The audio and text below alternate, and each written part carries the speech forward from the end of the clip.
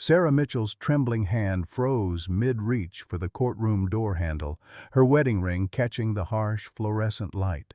The muffled voices inside suddenly stopped, as if the entire world had held its breath.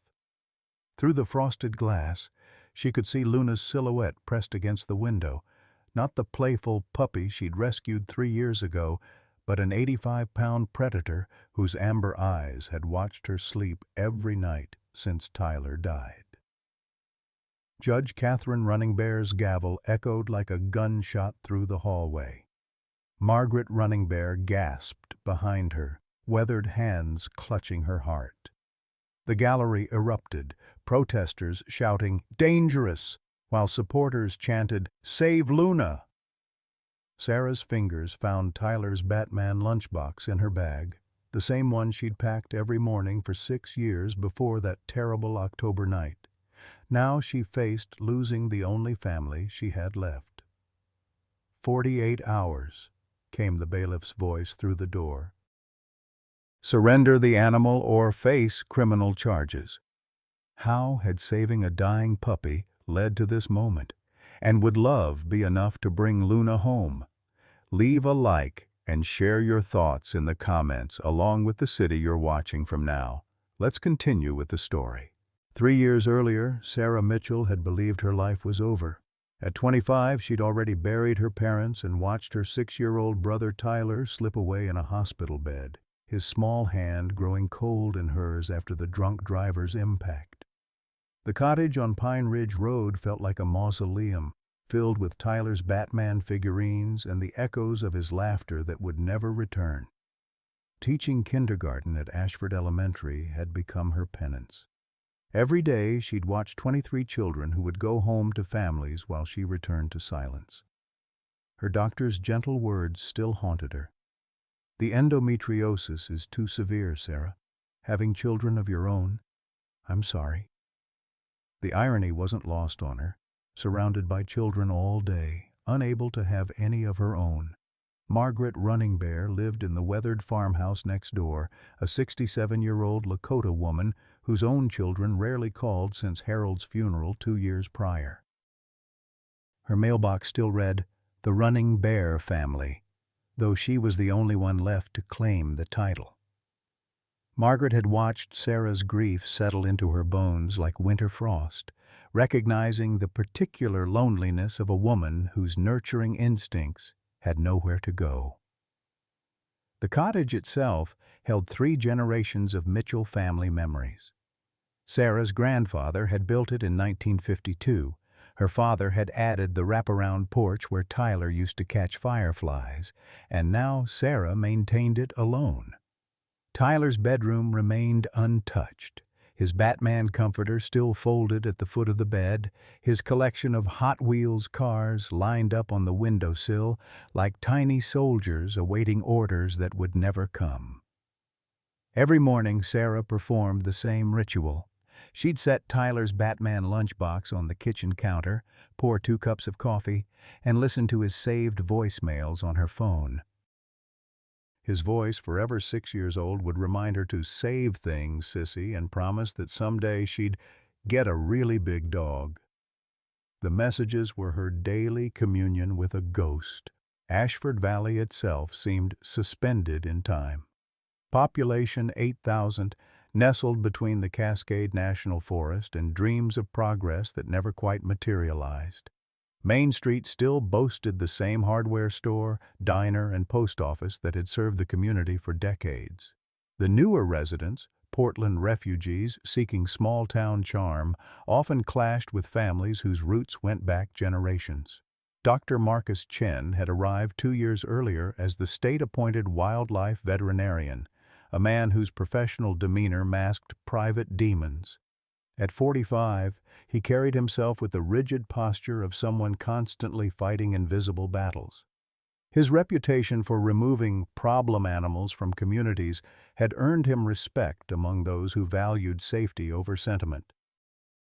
Sarah's world was small and carefully controlled until that October storm changed everything.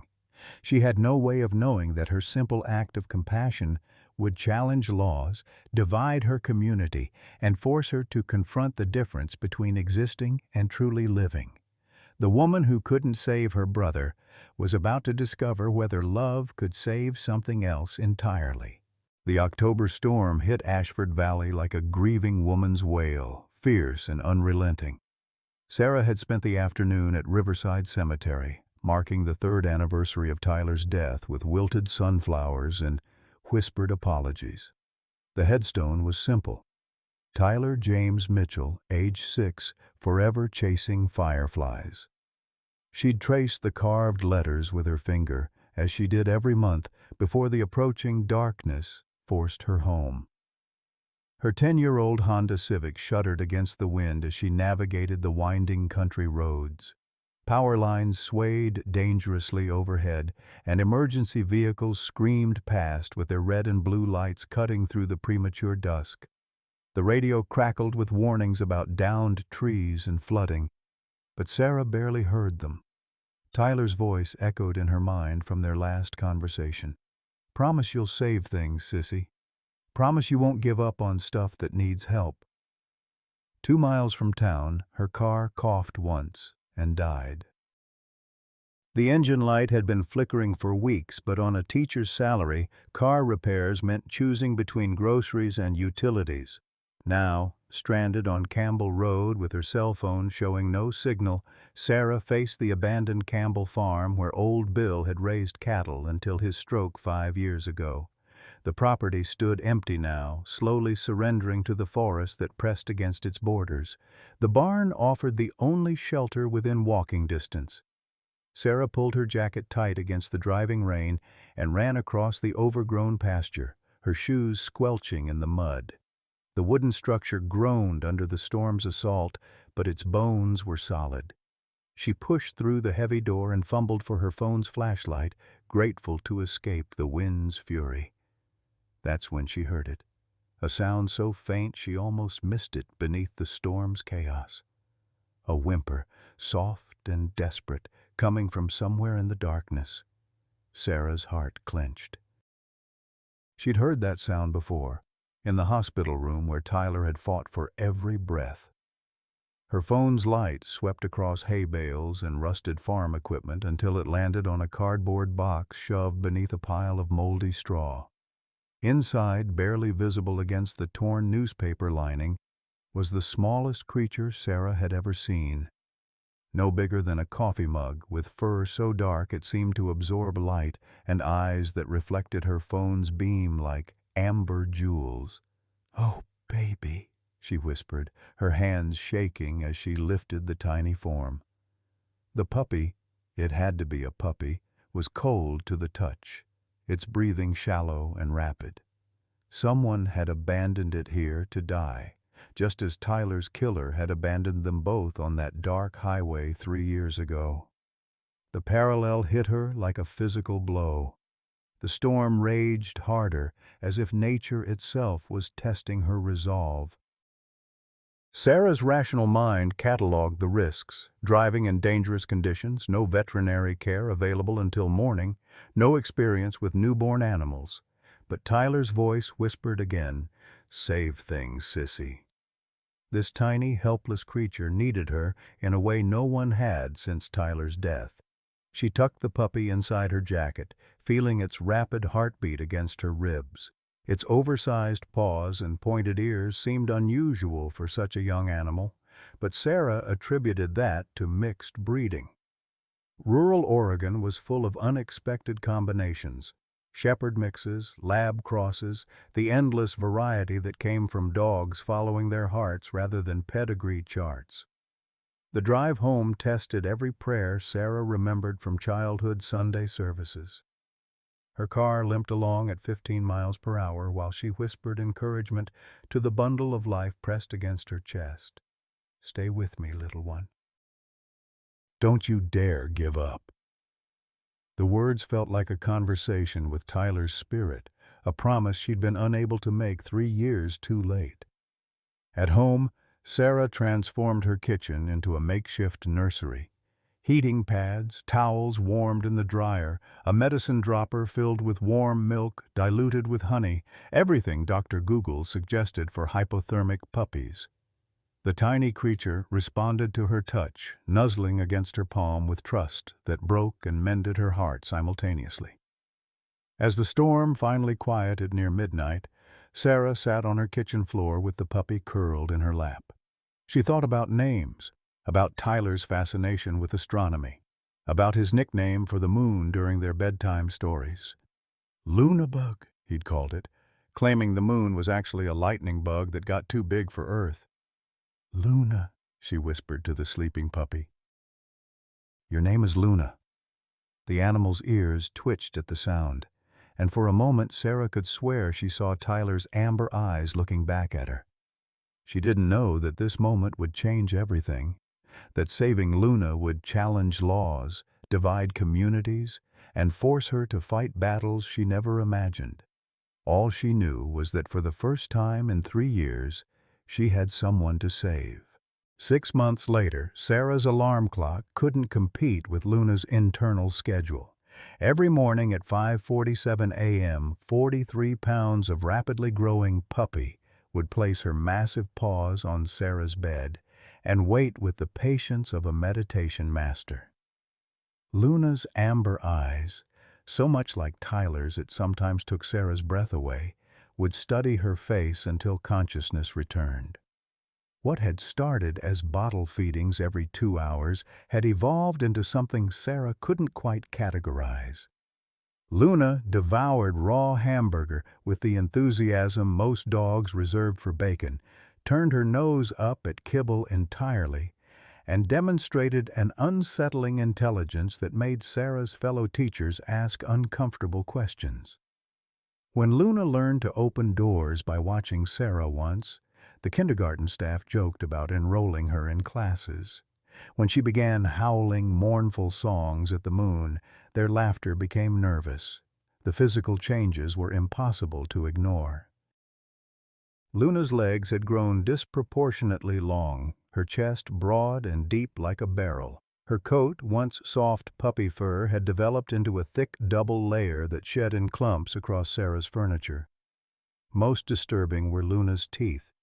Canines that seemed too large for her mouth, designed for purposes Sarah preferred not to contemplate. Margaret Running Bear noticed everything from her kitchen window. The elderly Lakota woman had initially supported Sarah's rescue, bringing homemade bone broth and sharing stories of the dog she'd raised over 7 decades, but lately Margaret's visits had become less frequent, her smiles more strained. "That's not a normal puppy, child," she'd whispered during her last visit, watching Luna effortlessly leap onto Sarah's kitchen counter. "You need to be careful." The first formal complaint came from the Hendersons, whose prize-winning Chihuahua, Princess, had encountered Luna during an unsupervised moment in the shared backyard. No blood had been shed. Luna had simply stood over the tiny dog while Princess yapped in terror, but the psychological damage to both dog and owners was severe. Mrs. Henderson had hyperventilated so violently that her husband called 911, convinced their neighbor was harboring a wolf. "It was just a dominance display," Sarah had explained to Animal Control Officer Jake Morrison, a kind man who'd known her family since childhood. Luna was being protective, not aggressive. "She's never hurt anything." But Jake's expression had been troubled as he'd measured Luna's massive paw prints in the dirt, each one nearly the size of his palm. The petition appeared on social media first. Concerned parents of Ashford Valley demand action. 47 signatures in 3 days, including several of Sarah's colleagues and parents of her students. The language was polite but firm. This large, mixed-breed dog posed an unacceptable risk to children and small pets. Mrs. Patterson, whose arthritis had kept her housebound for months, had somehow managed to sign twice. Sarah's principal, Mrs. Blackwood, had called the meeting for a Friday afternoon, her usual warmth replaced by administrative distance. "Several parents have expressed concerns," she'd begun carefully. They're questioning whether someone who harbors an unpredictable animal should be teaching their children. The words hit Sarah like physical blows. Teaching was more than her career. It was her connection to Tyler's memory, her way of nurturing the children she'd never have. That evening, Jake Morrison returned with forms and an apologetic expression. "I'm sorry, Sarah, but the complaints triggered a mandatory assessment. We need to determine Luna's exact breed composition and evaluate her behavior." The DNA test kit looked innocent enough, just a simple cheek swab, but Sarah's hands shook as she held it. Some truths, once revealed, couldn't be unknown. "Doctor." Marcus Chen arrived the following Tuesday with credentials that impressed even Sarah's skeptical neighbors. State wildlife veterinarian, Ph.D. in animal behavior, consultant to 3 national parks. His examination of Luna was thorough and clinical, noting measurements and behaviors with scientific detachment. Luna, sensing something different about this visitor, remained unusually still throughout the process, her amber eyes never leaving his face. "Interesting specimen," Dr. Chen had murmured, running practiced hands along Luna's frame. "The bone structure is quite unusual for a domestic breed. These hindquarters suggest significant power, jumping, climbing abilities far beyond typical canines." His voice carried an undertone Sarah couldn't identify, something between fascination and alarm. The DNA results arrived by certified mail on a gray Thursday morning. Sarah's coffee mug crashed to the kitchen floor as she read the laboratory letterhead. Canis lupus, 87%, Canis familiaris, 13%. The scientific terms felt cold and foreign, but their meaning was crystal clear. Luna wasn't a dog, she was a wolf. Dr. Chen's follow-up call came within hours, his voice professionally sympathetic but unyielding. "Ms. Mitchell, I'm required by law to inform you that keeping a wolf hybrid without proper permits is a federal offense. You have 30 days to obtain the necessary licensing or surrender the animal to appropriate authorities." The permit requirements read like a deliberate impossibility. Professional-grade enclosure costing $15,000, liability insurance at $8,000 annually, weekly veterinary inspections, certified animal behaviorist evaluation. On Sarah's $35,000 teaching salary, she might as well have been asked to fund a space program.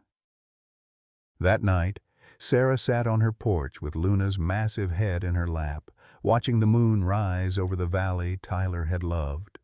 Luna's eyes reflected the silver light, ancient and knowing, as if she understood that their world was about to change forever. In the distance, coyotes called to each other across the darkness, and Luna's ears perked forward, listening to conversations Sarah couldn't comprehend. "What are we going to do, baby girl?" Sarah whispered, her fingers tangled in Luna's thick fur. For the first time since that stormy October night, she wondered if saving Luna had been an act of love or the cruelest kind of selfishness. The law was clear, the community divided, and time was running out. Tyler's voice echoed in her memory. "Promise you'll save things, sissy." But how could she save Luna from a world that saw her as a monster? The 30-day countdown began with Sarah's desperate phone calls to every lawyer in the Tri-County area. Most hung up when they heard wolf hybrid. Emma Rodriguez, a young attorney fresh from law school with student loans and idealistic dreams, finally agreed to take the case for a fraction of her usual fee. "I've never handled anything like this," Emma admitted during their first meeting, "but that doesn't mean we can't win." The permit requirements felt designed to crush hope. The professional-grade enclosure specifications read like a prison blueprint: 20 by 30-foot chain-link structure with 8-foot walls, buried concrete footer, double-gate entry system, and climate-controlled shelter. Local contractors quoted prices that made Sarah's vision blur. $15,000 for construction, $8,000 annually for specialized insurance, $200 weekly for mandated veterinary inspections. Her savings account held $3,000 in pocket change. Sarah had never asked anyone for money in her life. Pride ran deep in the Mitchell family. Her grandfather had built their cottage with his own hands. Her father had worked 2 jobs to avoid debt, and she'd put herself through college waiting tables at the Cascade Diner. But love makes beggars of us all. She created a GoFundMe page at 2 a.m., her laptop screen blurring through tears as she typed Luna's story. The first donation came from a stranger in Seattle, $50 with a note that read, "Some families are chosen, not born." Meanwhile, Luna seemed to sense the change in their routine. She followed Sarah closer than usual, pressing her massive body against her legs whenever anxiety spiked. During the day, while Sarah taught kindergarten with forced cheerfulness, Luna would position herself at the living room window, amber eyes tracking every car that passed. Neighbors who'd once waved now crossed the street, their children forbidden from playing in yards adjacent to the Wolf House. Margaret Running Bear became an unexpected ally during this period. The elderly Lakota woman appeared at Sarah's door 3 days after the DNA results, carrying a casserole and wearing her most determined expression. "I lied to you, child," she said without preamble. 30 years ago, I raised a wolf-dog hybrid. Shadow lived with Harold and me for 14 years, died of old age in his sleep, never hurt a soul, not even the neighbor's cats. Margaret's revelation opened floodgates of memory. Shadow had been the neighborhood guardian, alerting families to strangers, leading lost children home, once even dragging Harold from their burning barn when a lightning strike ignited the hay. "Folks were scared at first," Margaret continued, "but fear fades when you see the truth with your own eyes. Love doesn't follow species lines, and neither does loyalty." The bake sale controversy erupted when Sarah's kindergarten students, with the innocent cruelty of children, began asking why Miss Sarah looked so sad.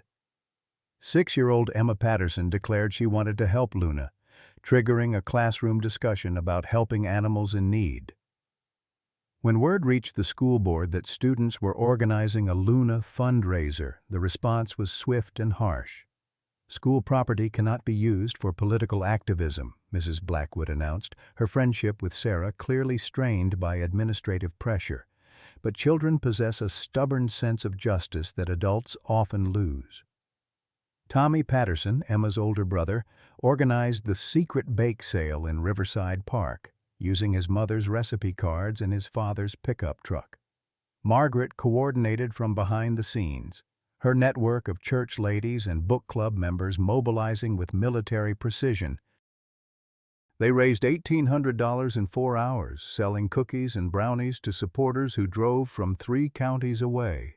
The opposition wasn't sitting idle.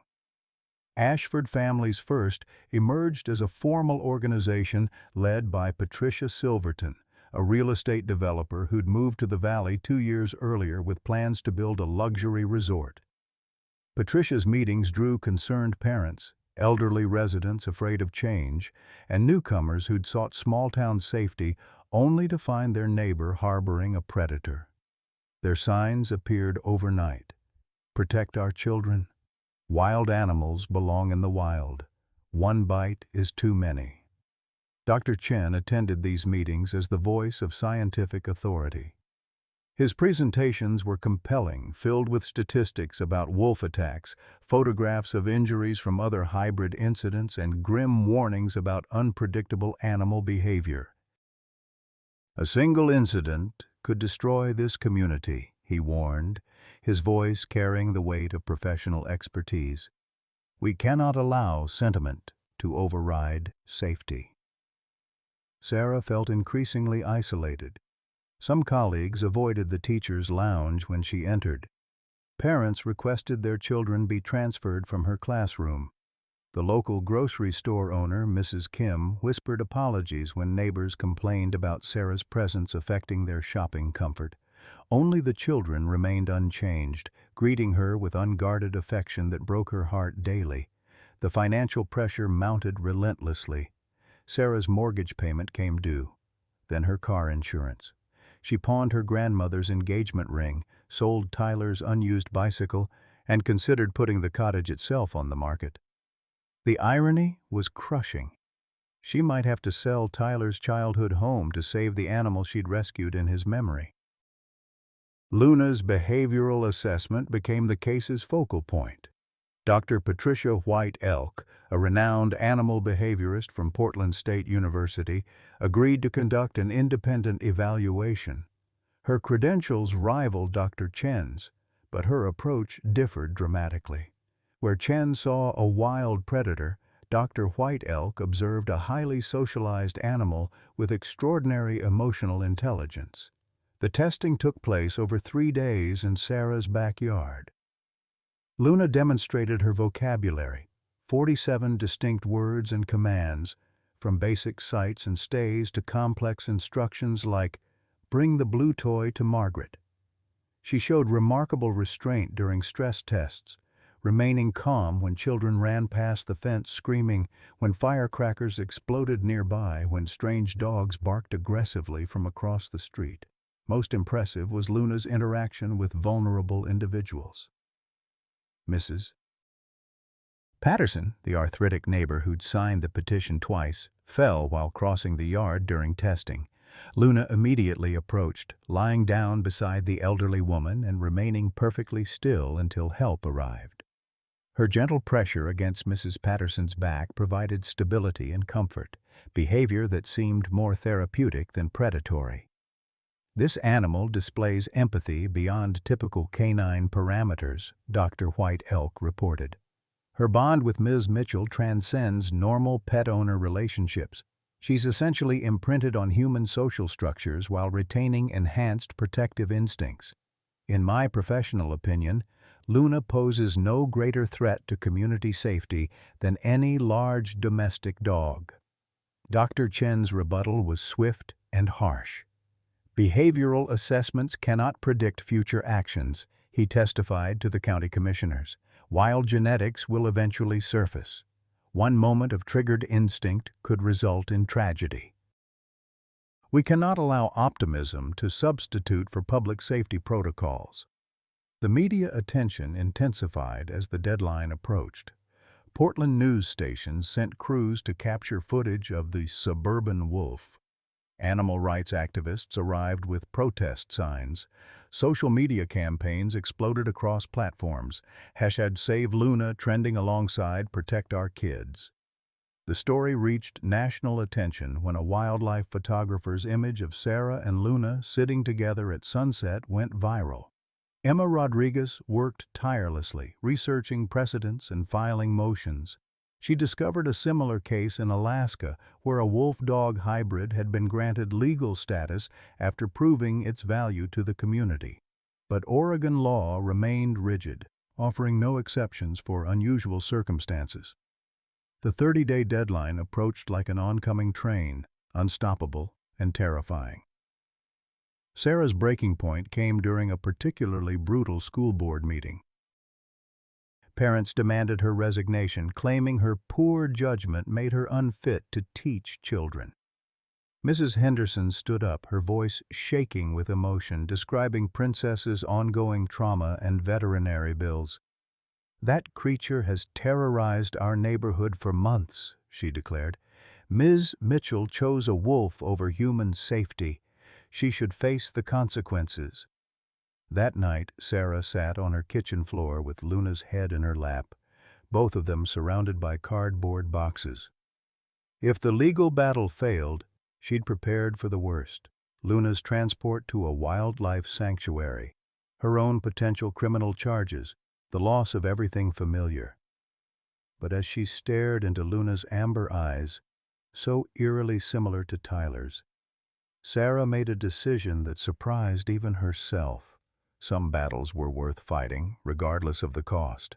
The Ashford Valley Courthouse had never seen anything like it. By 8 a.m. on the morning of Luna's hearing, Main Street resembled a small-town festival gone wrong. Protesters lined both sides of the courthouse steps.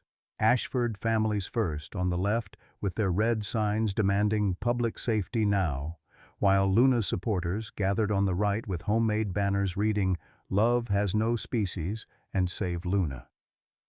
Margaret Running Bear had organized a prayer circle that included 3 Lakota elders who'd driven down from the reservation, their presence adding solemn dignity to the chaos. Judge Catherine Running Bear, Margaret's niece and the first Native American judge in the county, called the court to order at 9 a.m. sharp. Her reputation for fairness was legendary, but today her dark eyes reflected the weight of a decision that would impact far more than one woman and her wolf. The gallery was packed beyond capacity, with overflow crowds watching from the hallway through live video feed that someone had set up without official permission. Sarah sat at the defendant's table beside Emma Rodriguez, whose nervousness was evident in her constantly shuffling papers. Behind them, the packed gallery hummed with tension. Tommy Patterson, now 8 years old, had convinced his mother to let him attend, clutching a crayon drawing of Luna helping him find his way home when he'd gotten lost in the woods. Margaret occupied the front row, her weathered hands folded in prayer, flanked by church ladies who'd baked thousands of cookies for the Luna Fund. Through the courthouse windows, Luna's silhouette was visible in Animal Control's temporary holding pen. Jake Morrison had insisted on keeping her nearby, understanding that separation would traumatize both Sarah and the wolf. Luna paced restlessly, her amber eyes fixed on the building where her family's fate was being decided. Every few minutes her haunting howl would pierce the courtroom's tension, causing several jurors to shift uncomfortably. Dr. Chen took the witness stand with the confidence of a man accustomed to being the smartest person in the room. His testimony was methodical and damning. Wolf hybrids' unpredictable nature, statistical probability of attacks, legal precedent supporting removal of dangerous animals. He presented photographs from Alaska, a child's scarred arm, destroyed property, testimonials from families traumatized by hybrid attacks. His voice never wavered as he painted Luna as a ticking time bomb disguised as a beloved pet. Canis lupus possesses bite force exceeding 1,500 pounds per square inch, Dr. Chen testified, his PowerPoint presentation filling the courtroom with stark statistics. Domestic dogs average 235 psi. This animal could crush a child's skull with minimal effort. Miss Mitchell's emotional attachment cannot override biological reality. One moment of triggered instinct will result in tragedy. Emma Rodriguez's cross-examination focused on Dr. Chen's lack of direct experience with Luna specifically. "Doctor, have you personally observed any aggressive behavior from this particular animal?" she pressed. Chen's answer was technically accurate but felt evasive. Current behavior cannot predict future actions in wild species. When Emma asked about his funding sources, Dr. Chen's jaw tightened almost imperceptibly.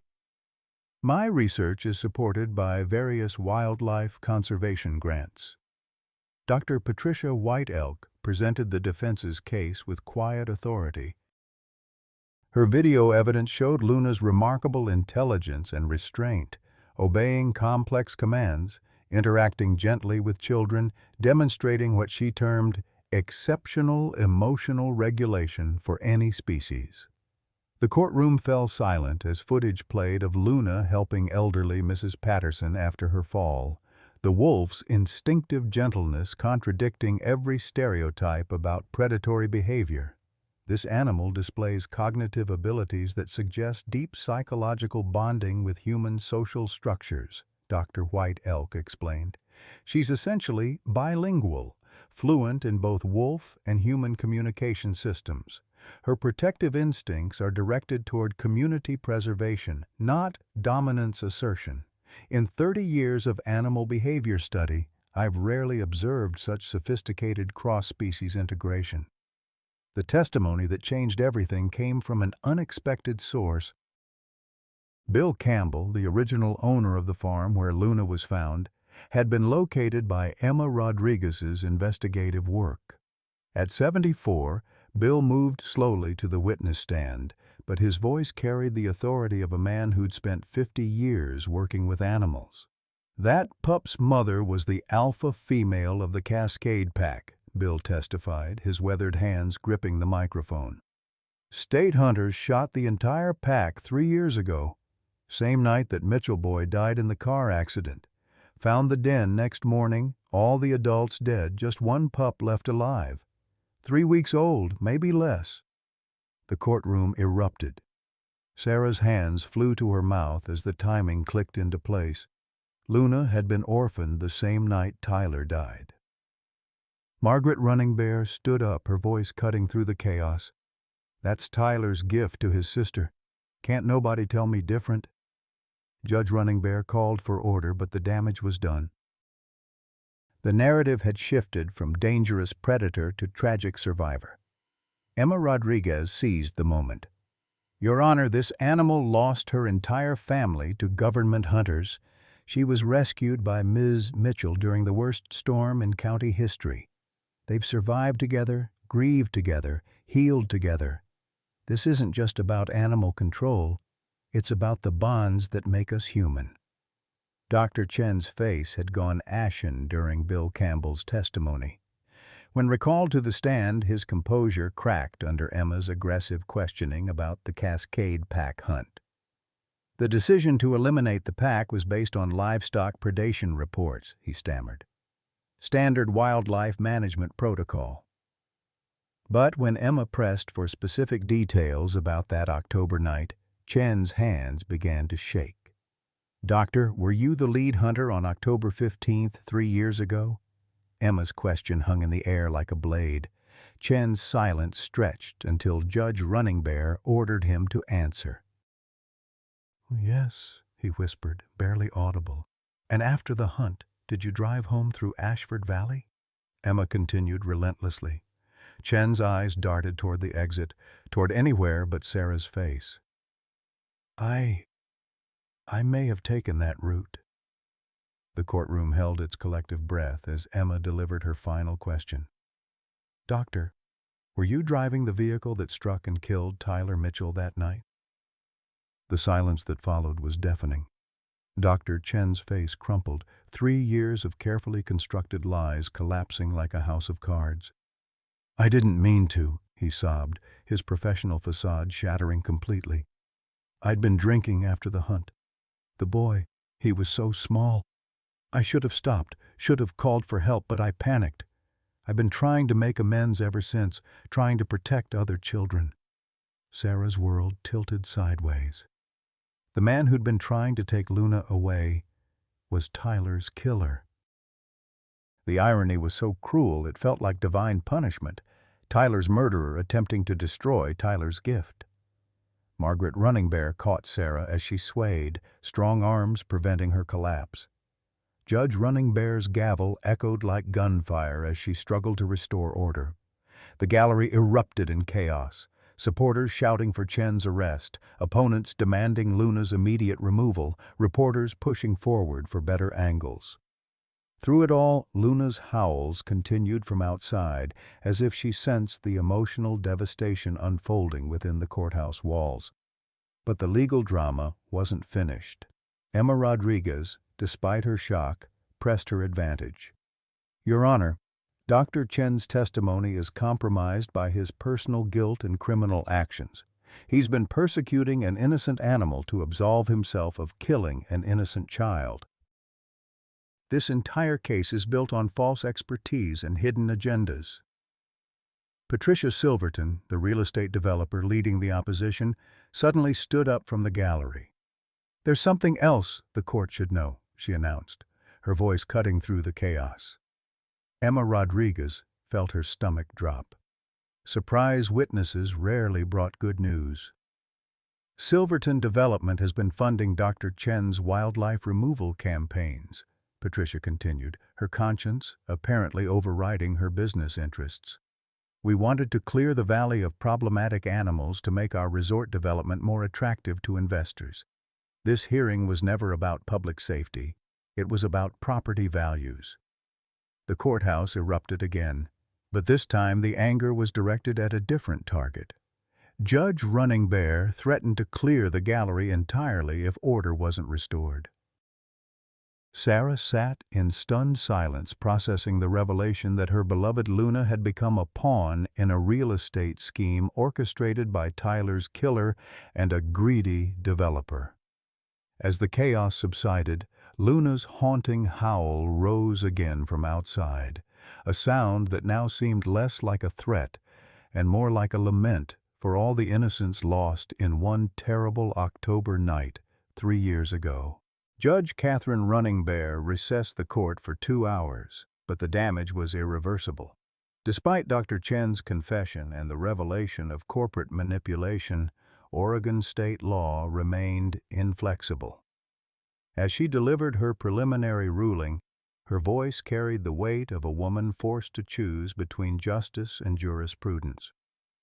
While this court acknowledges the extraordinary circumstances surrounding this case, Judge Running Bear announced, her dark eyes reflecting genuine sorrow, I am bound by existing statutes regarding wolf hybrid ownership. The law makes no provision for emotional bonds, unusual circumstances, or community support. Ms. Mitchell has 48 hours to surrender the animal to state wildlife authorities or face criminal prosecution. The gallery erupted in anguish. Margaret Running Bear stood up, her weathered face streaked with tears, and began singing a Lakota mourning song in her native language. Other supporters joined in humming, creating a haunting chorus that seemed to shake the courthouse foundations. Sarah remained frozen in her chair, Emma Rodriguez's hand on her shoulder, the only thing anchoring her to reality. Outside, Luna's howls had grown more desperate, as if she sensed the verdict through the courthouse walls. Animal Control Officer Jake Morrison, tears streaming down his face, had to turn away from the pen where Luna pressed against the chain link, amber eyes searching for Sarah's familiar silhouette. The transport arrangements were clinical and efficient. High Desert Wildlife Preserve, located 200 miles southeast near Bend, specialized in housing problematic wolves and wolf dogs until permanent solutions could be found. The facility director, Dr. Carmen Martinez, had assured the court that Luna would receive excellent care, but her carefully neutral language couldn't disguise the underlying truth. Luna would spend her remaining years in a concrete and steel cage, separated from the only family she'd ever known. That evening, Sarah was granted 2 hours for goodbye. The courthouse had emptied except for a few die-hard supporters who maintained a silent vigil in the parking lot. Margaret Running Bear accompanied Sarah to the holding pen, her presence a buffer against the crushing weight of separation. Luna recognized Sarah's footsteps before she came into view. The massive wolf pressed herself against the chain-link fence, whimpering with joy and confusion. Why was her family so close but unable to touch her? Why did everyone smell of salt water and sadness? Sarah's hand shook as she reached through the fence to stroke Luna's thick fur. "I'm so sorry, baby girl," she whispered, her voice breaking. "I tried everything." "I fought for you, but the law doesn't care about love." Luna's amber eyes, so heartbreakingly similar to Tyler's, seemed to understand more than any animal should. She pressed her massive head against Sarah's palm, offering comfort even in her own moment of abandonment. Margaret Running Bear spoke quietly in Lakota, her words carrying the weight of ancient prayers. "I'm telling her that love transcends physical presence," she translated for Sarah, "that the bond between you exists beyond any cage they can build." But the words felt hollow against the reality of steel bars and legal documents. The most devastating moment came when Sarah pulled Tyler's Batman figurine from her pocket, the one she'd carried since his funeral, the one that had lived on her keychain through 3 years of grief. "I want you to have this," she told Luna, threading the small toy through the fence. Tyler would want you to remember that heroes don't always win, but they never stop fighting. Luna sniffed the figurine carefully, her remarkable intelligence processing its significance. She carried it to the corner of her pen and lay down with it between her paws, amber eyes never leaving Sarah's face. The image burned itself into Sarah's memory, her beloved Luna protecting Tyler's token with the devotion of a guardian angel. The goodbye stretched into eternity and ended too soon. As Sarah finally turned to leave, Luna's howl followed her across the parking lot, through the courthouse corridors, and into her dreams for months afterward. It was a sound of pure heartbreak, a wolf's lament for the family being torn away by forces neither of them could control. That night, Sarah sat in her empty cottage surrounded by Luna's toys, food bowls, and the impression her massive body had left on the living room carpet. Tyler's Batman lunchbox sat on the kitchen counter, as it had every morning for 3 years, but now it felt like a monument to failure rather than remembrance. Margaret Running Bear found her there at dawn, still wearing yesterday's clothes, staring at nothing. "Child, you can't give up now," the elderly woman said firmly. "Sometimes the law needs time to catch up with what's right. This isn't over." But for Sarah, everything felt over. She'd failed Tyler by not saving his life, and now she'd failed Luna by not saving her freedom. The cottage felt like a mausoleum again, filled with ghosts and broken promises. Outside, the sunrise painted the valley in shades of gold and rose, but Sarah couldn't see beauty in a world where love wasn't enough to overcome bureaucracy. 200 miles away, Luna refused to eat, her magnificent form growing thinner each day as she waited by the fence for a family that couldn't come home. The investigation into Dr. Marcus Chen's confession unraveled 3 years of carefully constructed lies with surgical precision. State Police Detective Maria Santos had seen her share of cover-ups, but the meticulous evidence tampering in Tyler Mitchell's case impressed even her cynical sensibilities. Chen had used his position as state wildlife veterinarian to influence the accident investigation, claiming expertise in animal-related vehicle incidents to explain the unusual damage patterns on his SUV. The original police report, hastily filed and quickly buried, described Tyler's death as a tragic encounter with a large animal that had fled the scene. Chen's vehicle, conveniently serviced at his brother-in-law's garage the following morning, had been repaired and detailed before anyone could connect the damaged front bumper to a 6-year-old boy's broken body. The insurance claim cited deer strike, a common enough occurrence in rural Oregon to raise no red flags. Emma Rodriguez worked 18-hour days preparing the emergency appeal to the state Supreme Court. The legal precedent was virtually non-existent. No wolf hybrid in Oregon had ever been granted legal status based on extraordinary circumstances. But the corruption angle provided unexpected leverage. If Luna's hearing had been compromised by Chen's guilt and Silverton Development's manipulation, then the original ruling was legally invalid. Meanwhile, 200 miles away at High Desert Wildlife Preserve, Luna was dying by degrees.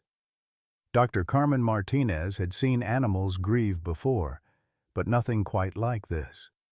The magnificent wolf refused food for 4 days, then ate just enough to survive. She spent her time pressed against the fence facing southeast, toward Ashford Valley, toward home. Her amber eyes, once bright with intelligence and joy, had dulled to the color of old pennies.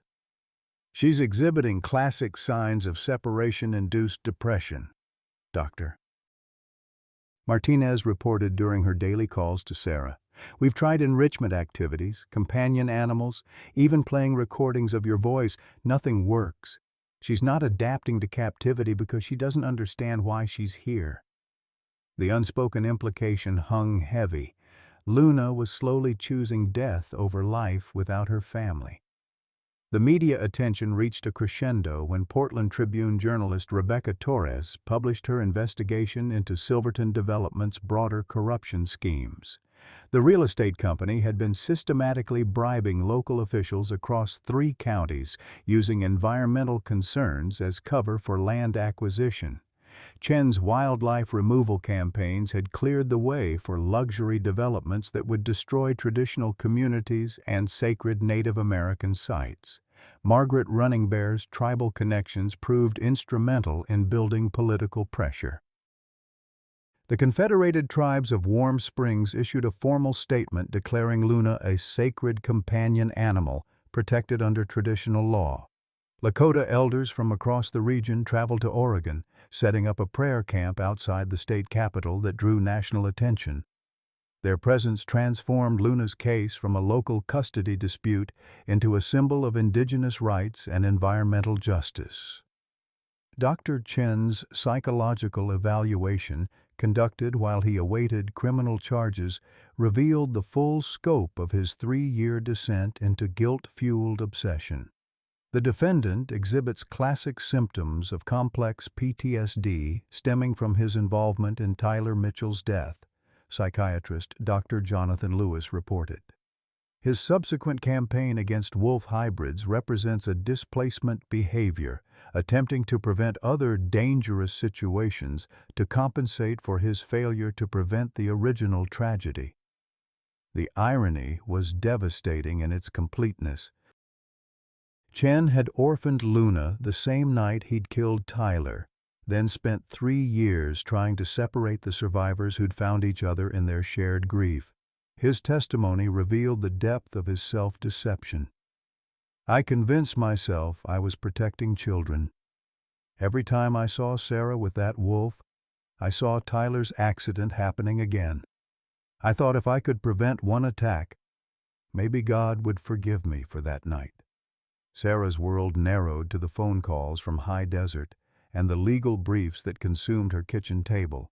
She'd taken indefinite leave from teaching, unable to face the children whose bright eyes reminded her of Tyler's enthusiasm and Luna's intelligence. Sleep became elusive, punctuated by dreams where Tyler and Luna ran together through endless forests, free from the laws and fears that constrained the waking world. The breakthrough came from an unexpected source.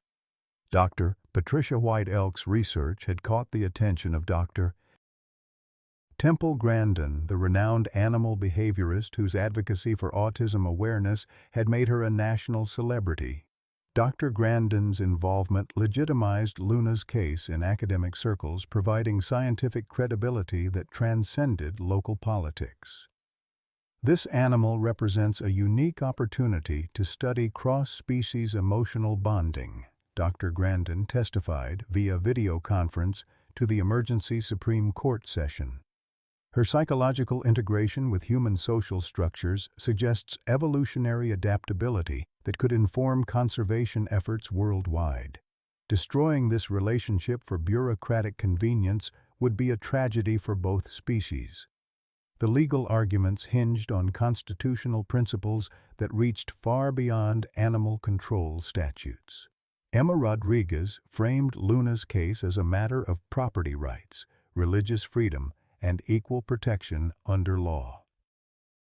If Native American tribes could claim spiritual connections to animals, if ranchers could defend their livestock, if hunters could pursue game, then surely a woman could protect the family member who'd saved her from suicidal despair.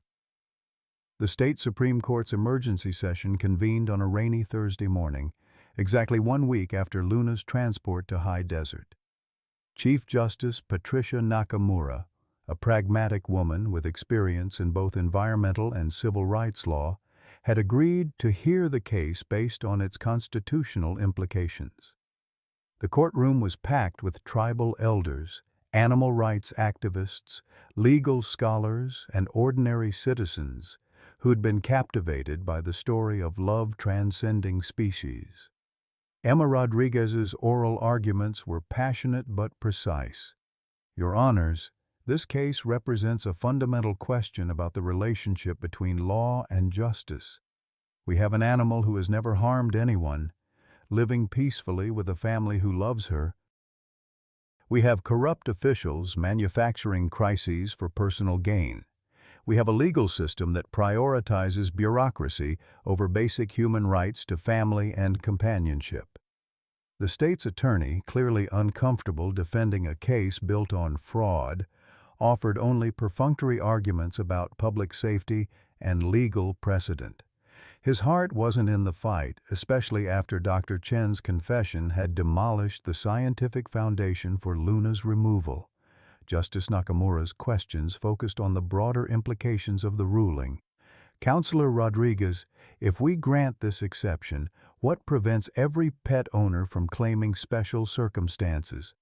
How do we distinguish between genuine bonds and mere sentiment? Emma's response was ready. Your Honor, we're not asking for a blanket exception. We're asking for recognition that extraordinary circumstances, corruption, fraud, manufactured evidence, invalidate legal proceedings. Luna deserves a fair hearing based on facts, not lies. The justices deliberated for 3 hours while supporters maintained vigil in the courthouse corridors. Margaret Running Bear led prayers in Lakota, her weathered voice carrying across the marble halls. Tommy Patterson, now 9 years old, had convinced his mother to let him attend, carrying a new crayon drawing of Luna returning home. The image showed Sarah and Luna embracing beneath a rainbow, with Tyler's spirit watching from the clouds above. When the court reconvened, Chief Justice Nakamura's expression was grave but determined. The state of Oregon vows, Mitchell presents unprecedented circumstances requiring extraordinary judicial action. Given the evidence of corruption, fraud, and constitutional violations in the original proceedings, this court hereby vacates the lower court's ruling and remands the case for retrial under proper judicial oversight. The practical effect was immediate. Luna's transportation order was suspended pending the new hearing. More importantly, the Supreme Court established the companion animal exception to wildlife statutes, recognizing that animals with documented social bonds to humans could receive special consideration under specific circumstances. Margaret Running Bear's tears of joy mixed with Lakota songs of celebration as the courtroom erupted in cheers. Sarah collapsed into Emma Rodriguez's arms, overwhelmed by relief and the sudden possibility that her family might be whole again. Outside, the rain had stopped, and afternoon sunlight streamed through the courthouse windows like a blessing from Tyler's spirit. But Luna was still 200 miles away, growing weaker each day. The legal victory meant nothing if they couldn't bring her home before grief claimed her completely. Time was running short, and the journey to reunion would test every bond they'd fought so hard to protect. The caravan that formed outside the Oregon State Capitol building on that crisp November morning looked like a small-town parade organized by angels. Margaret Running Bear's ancient pickup truck led the procession, its bed filled with Lakota elders whose weathered faces reflected decades of fighting for justice. Behind her, more than 200 vehicles stretched down the highway, teachers from Sarah's school, families who'd bought cookies at the secret bake sale, strangers who'd followed Luna's story online, and even former opponents who'd realized they'd been manipulated by corporate greed. Sarah rode in Emma Rodriguez's Honda Civic, her hands clutching Tyler's Batman figurine so tightly the plastic edges left marks on her palms. She hadn't slept in 36 hours, surviving on coffee and the desperate hope that Luna was still fighting to live. Dr. Martinez's morning phone call had been devastating. Luna had stopped drinking water and lay motionless in the corner of her enclosure, Tyler's Batman toy pressed against her chest like a talisman against despair. The 200-mile journey to High Desert Wildlife Preserve became a pilgrimage of redemption. At every rest stop, supporters shared stories of their own rescued animals, their voices weaving a tapestry of love that transcended species boundaries. Tommy Patterson, now 9 and riding with his mother in their family minivan, had brought another crayon drawing, this one showing Luna and Sarah dancing together under stars that looked suspiciously like Tyler's smiling face. As the caravan wound through the Cascade Mountains, local news helicopters tracked their progress like scouts announcing the arrival of a liberation army. Social media exploded with real-time updates. #BringLuna, home trending worldwide, supportive messages pouring in from animal lovers across 6 continents, and live streams that transformed Luna's rescue into a global celebration of hope over bureaucracy. The High Desert Wildlife Preserve sat in the middle of nowhere, surrounded by sagebrush and volcanic rock formations that seemed alien after the lush greenness of Ashford Valley. Dr. Carmen Martinez met the caravan at the facility's gate, her professional composure cracking as she witnessed the scope of community support. "I've never seen anything like this," she admitted to Sarah, her voice thick with emotion. "Luna knows you're coming." She lifted her head when she heard the engines. The reunion happened in slow motion, each second stretching like eternity. Sarah approached Luna's enclosure on trembling legs, Margaret Running Bear's steady hand on her shoulder providing the only thing keeping her upright. Luna lay in the far corner, her magnificent form reduced to skin and bones after a week of self-imposed starvation. Tyler's Batman figurine rested between her front paws, worn smooth from constant contact. "Baby girl," Sarah whispered, her voice barely audible above the wind. "I'm here. I'm so sorry it took so long." Luna's amber eyes opened slowly, as if she couldn't trust what she was hearing. For a heartbreaking moment she didn't move, her spirit too broken to believe in rescue. Then recognition flooded her gaze, and she struggled to her feet with the determination of a creature choosing life over surrender. Her howl of joy echoed across the desert, a sound so pure and heartbreaking that grown men in the crowd began to weep. The enclosure gate opened with a metallic clang that sounded like freedom itself. Luna stumbled toward Sarah on legs weakened by grief and starvation, but her spirit blazed with renewed purpose. When they collided in an embrace that seemed to heal 3 years of trauma, the crowd erupted in cheers that frightened ravens from their perches for miles around. Luna pressed her massive head against Sarah's chest, breathing in the scent of home, while Sarah buried her face in the wolf's thick fur and sobbed with relief. "We're going home, baby girl," she promised. "We're going home, and nobody can ever separate us again."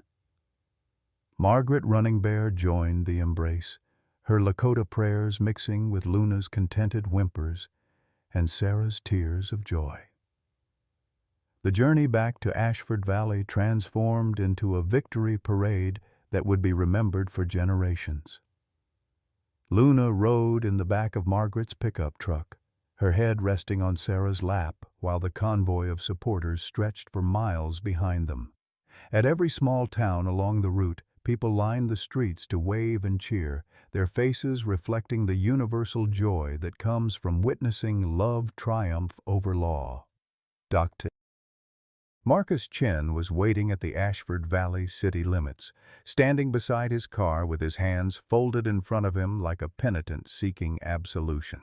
The sight of Tyler's killer brought a hush to the celebration, but Luna's reaction surprised everyone. Instead of aggression or fear, she looked at Chen with something resembling pity, her amber eyes reflecting an understanding that transcended human concepts of justice and revenge. "I came to apologize," Chen said, his voice barely audible above the idling engines. "To both of you. Tyler was a beautiful boy, and Luna is a magnificent creature. I let my guilt turn me into something I never meant to become." His hands shook as he pulled an envelope from his jacket. "This is my resignation from all wildlife positions. I'm entering a treatment program, and I've established a fund for Luna's care." It won't bring Tyler back, but maybe it can prevent other families from suffering like you have." Sarah's response would be discussed in coffee shops and church meetings for years afterward. Instead of anger or accusations, she simply nodded and said, "Tyler would want you to find peace. Forgiveness isn't about forgetting, it's about freeing ourselves from the weight of carrying hatred." Luna pressed against Sarah's legs, as if blessing the exchange between the woman who'd saved her and the man who'd orphaned them both.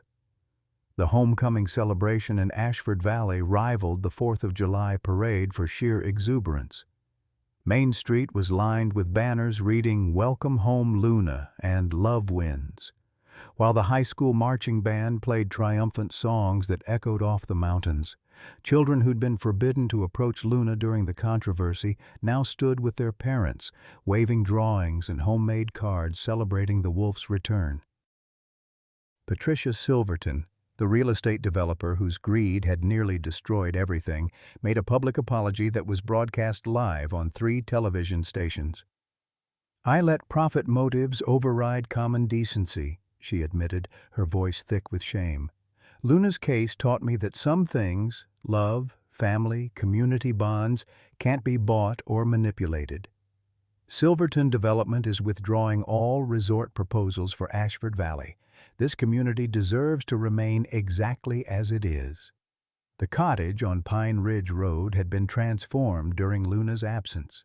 Community volunteers had installed a professional-grade fence that met all legal requirements, built a climate-controlled shelter that could house a small family, and planted native flowers that would attract the butterflies Tyler had loved to chase. Margaret Running Bear had supervised every detail, ensuring that Luna's homecoming would exceed even the legal standards that had once seemed impossible to meet. That evening, as the last supporters departed and silence returned to the valley, Sarah sat on her porch with Luna's massive head in her lap. The wolf's amber eyes reflected the setting sun, and for a moment Sarah could swear she saw Tyler's spirit dancing in those golden depths. Margaret Running Bear joined them, her weathered hands stroking Luna's thick fur while she hummed traditional Lakota healing songs. "You know what this means, don't you?" Margaret asked, her voice soft with wonder. "Luna isn't just your family anymore. She belongs to all of us now. She's proof that love can overcome any law, any fear, any attempt to divide communities. That's Tyler's real gift, not just giving you someone to love, but showing everyone else what love looks like when it refuses to surrender." Luna's contented sigh seemed to agree. Her massive form relaxed for the first time in a week.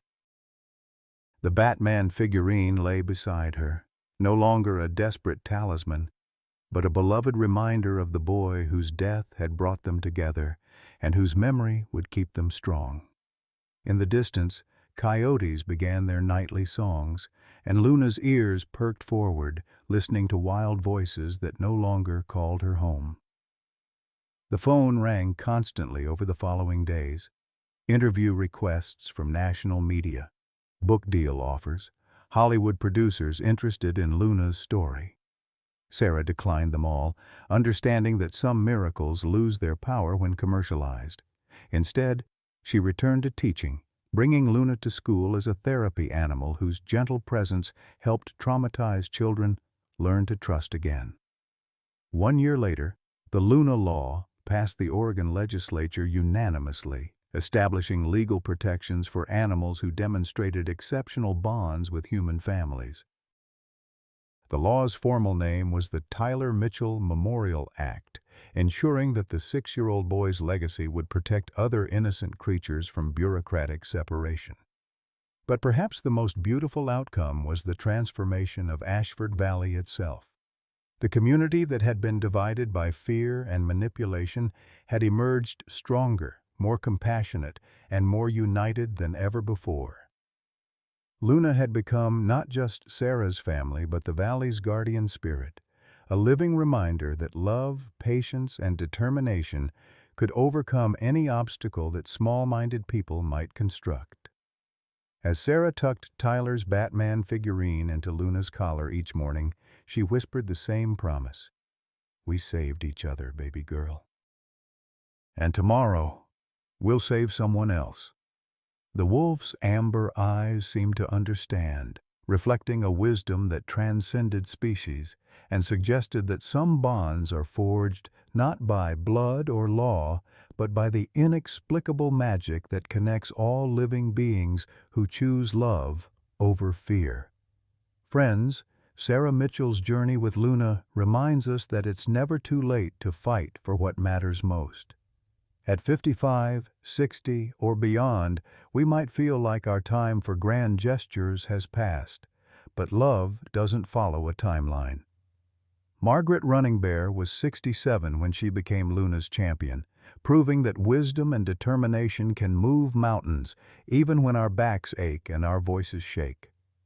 How many of us have settled for loneliness when we could choose connection? How many times have we let bureaucracy convince us that our hearts don't matter? Sarah lost her brother Tyler, faced infertility, and endured community rejection, yet she refused to surrender the family she'd found in Luna. This isn't just about a woman and her wolf, it's about recognizing that the relationships we fight hardest for often become our greatest sources of joy. Every morning, Sarah sets Tyler's Batman lunchbox on her counter and faces a new day with Luna by her side. Their story proves that second chances exist at any age, that chosen families can be stronger than blood relatives, and that standing up for love, even when it's messy, expensive, or unpopular, creates the kind of happiness money can't buy. What relationship in your life deserves more fight than you've given it? Have you ever had to choose between following rules and following your heart? Share your story below. We'd love to hear from you.